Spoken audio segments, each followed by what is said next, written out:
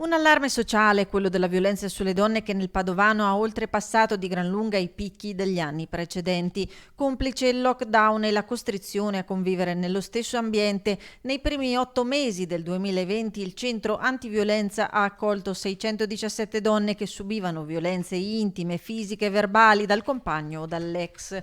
Durante il lockdown sono aumentate le richieste di aiuto a chi già era seguito dal centro, mentre sono diminuite le nuove richieste, 20 in meno al mese.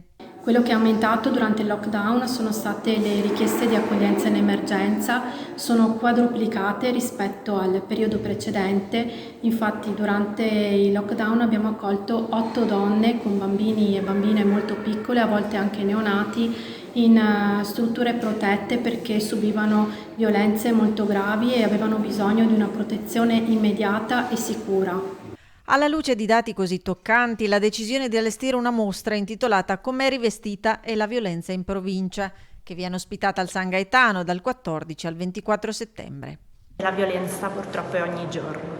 La violenza è la violenza fisica, ma la violenza è anche la violenza delle parole, la violenza dei gesti, la violenza delle parole scritte. E è una mostra che non può non toccarci e che ci ricorda davvero la nostra responsabilità rispetto a una necessità di un cambiamento culturale.